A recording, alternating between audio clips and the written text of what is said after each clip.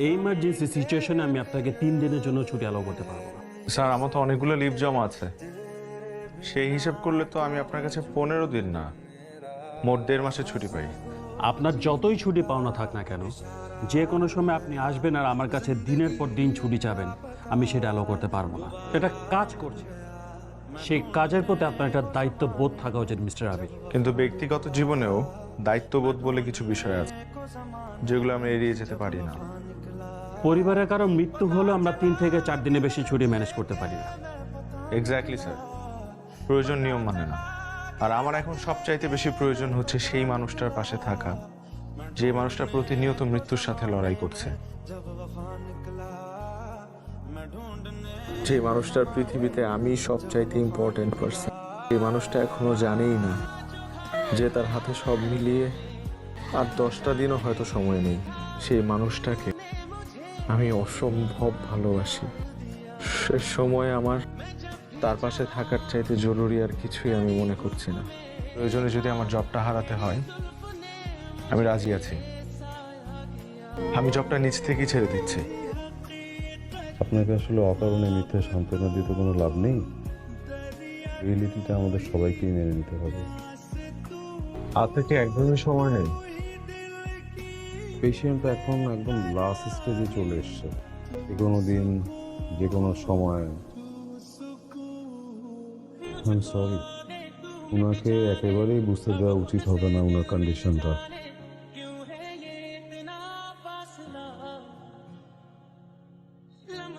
এখান থেকে নিয়ে চলো না প্লিজ। তুমি সুস্থ হয়ে যাও, আমি নিয়ে যাব তোমাকে এখান থেকে। এখন থেকে আমার ধ্যান জ্ঞান সব তুমি। আর তোমার অফিস? গোল্লায় যাক। আমি কি স্বপ্ন দেখছি? আমার মনে হচ্ছে আমি একটা ফুলের বাগানে শুয়ে আছি। আমি বড় সব পাগলামি। যাতে তুমি আমার পাগলামি দেখে দ্রুত সুস্থ হয়ে ওঠো। তোমাকে এই অবস্থায় দেখতে আমার একদমই ভালো লাগছে না। কিন্তু আমার মনে হচ্ছে আমি আর কখনো সুস্থ হব না। চুপ। তুমি আমাকে এত কেন ভালোবাসো আবির? ভালো না বেশি থাকতে পারি না যে। লিয়ার কাছে শুনলাম তোর হার্টে নাকি প্রবলেম, তাই ভোরের ট্রেন ধরে সোজা তোর কাছে চলে আসছি।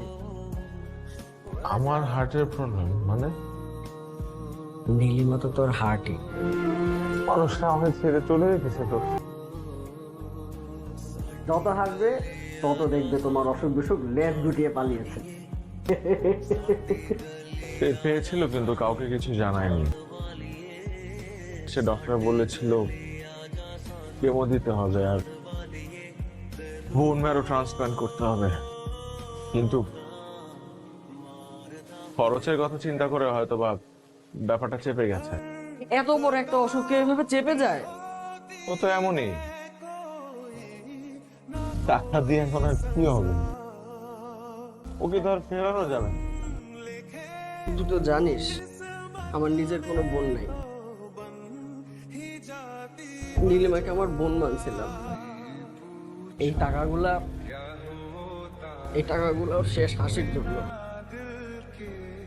এখন থেকে ওর যা যা ইচ্ছা, যা যা পছন্দ সবকিছু এনে ওর সামনে হাজির করবো।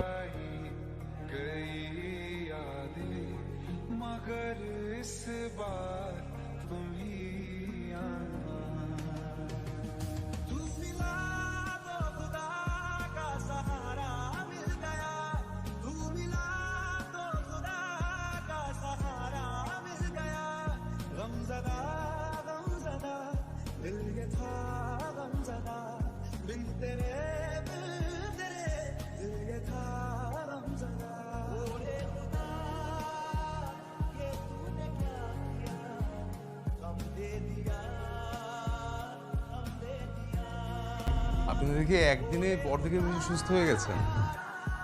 আবির সাহেব কোথায়? ওনাকে তো অ্যাওয়ার্ড দিতে হবে। আমাকে সত্যি করে একটা কথা বলবেন, আমাকে কি সারিয়ে তোলা সম্ভব ডক্টর? আমি আবিরকে ছেড়ে, আমার ফ্যামিলিকে ছেড়ে কোথাও যেতে চাই না। আবির সাহেব যে আপনাকে কতটা ভালোবাসে, উনি নানা ধরনের পাগলামি করে আপনাকে নিয়ে, সেটা আমরা অ্যালাউ করছি। আপনি মেন্টালি যতটা স্ট্রং থাকতে পারবেন তত দ্রুত ফিজিক্যালি রিকভার করবেন। বিশ্বাসটা নিজের উপর রাখুন। দ্রুত সুস্থ হয়ে ওঠো না প্লিজ। আমার কাছে এখন সুন্দর লাগছে। Yes.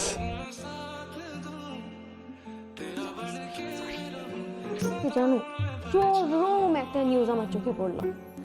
10 টাকার পেপার আমি 100 টাকা দিয়ে প্রেস ক্লাবের সামনে থেকে জোগাড় করলাম। ওয়াও, কি কিউট না বিষয়টা? মোটেও না। প্রেমিক প্রেমিকা প্রেম করে বিয়ে করেছে, এটা তো খুবই কমন ঘটনা মাজারে। প্লিজ আবি, আমরা আমাদের বিয়েটা মাজারে করবো। প্লিজ প্লিজ প্লিজ, আচ্ছা ঠিক আছে, প্রমিস। প্রমিস। সবকিছু ছেলে খেলা, আবেগে বিবেক হারিও না। আমি চাই একজন মৃত্যু পথযাত্রী মানুষ তার ভালোবাসার সর্বোচ্চ সম্মানটুকু পাক, আর আমি নীলিমাকে বিয়েটা করছি। This is my final decision, আর আমি আমার ডিসিশনটা জানাতে আসছিলাম। ভালোবাসাটাকে আমি অন্যায়ের চোখে দেখছি না, কিন্তু তাই বলে যে মেয়েটা 2 দিন পরে পৃথিবীতেই থাকবে না, সেই মেয়েকে বিয়ে করার সিদ্ধান্ত নেওয়াটা অন্যায়। আমি জেনে বুঝে বিয়ে করার সিদ্ধান্তটা নিয়েছি। আমাদের জন্য দোয়া করো মা। কিন্তু আমার কথার অবাধ্যকারী এই বাড়িতে কোনো ঠাঁই নেই। আমি নীলিমাকে বিয়ে করতে চাই। তোমরা খুব ভালো করে জানো যে আমি জীবনে পাগলের মতো একটা মানুষকে ভালোবাসি, সেটা নীলিমা। ভালোবাসার মানুষটার শেষ ইচ্ছাটা তোমরা পূরণ করতে দাও প্লিজ। জীবন নিয়ে পাগলামি করে না বাবা। পাগলামি করছি না মা, আমি নীলিমাকে বিয়ে করছি। কি বলছেন আপনি? আমি ঠিকই বলছি, এবং বিয়েটা মাজারে হবে। পাগল হয়েছেন? পেশেন্টের যে কন্ডিশন, ওকে 1 মিনিটের জন্য হসপিটাল থেকে মুভ করানো যাবে না। সিচুয়েশন জানেন? আমি জানি আমার সিচুয়েশন, আমি জানি, এবং আমি আমার ভালোবাসার মানুষের সিচুয়েশনটাও জানি।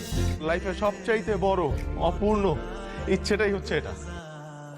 আমরা যদি পুরো মেডিকেল সাপোর্টটা সাথে করে নিয়ে যাই? আপনারা যেভাবে বলবেন, যেটা বলবেন সেটাই হবে প্লিজ।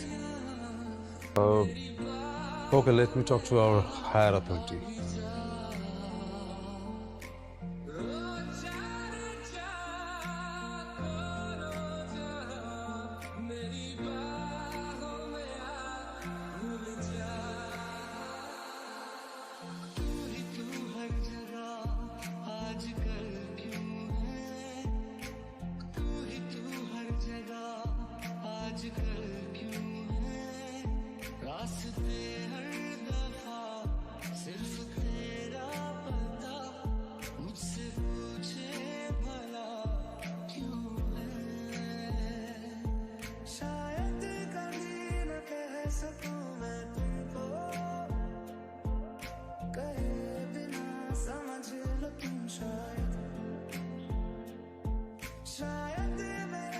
বাহ, রোগী তো এখন অনেকটাই সুস্থ।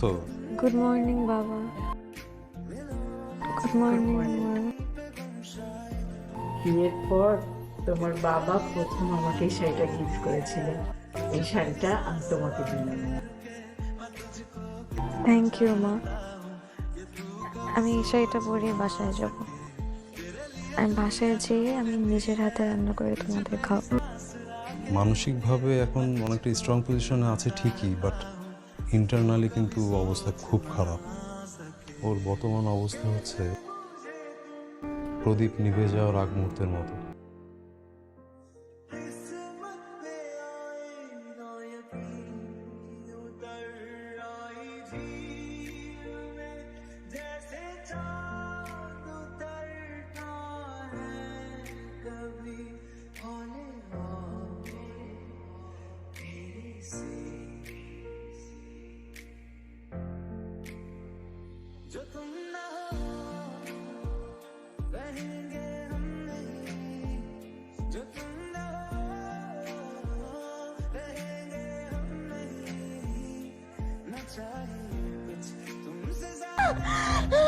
নীলিমা, কিচ্ছু হবে না বাবা, কিচ্ছু হবে না। না, না।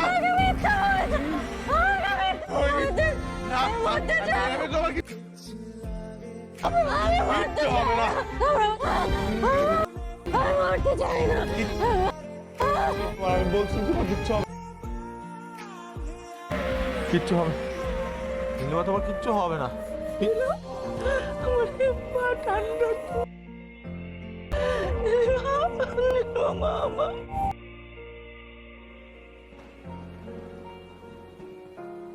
We are sorry.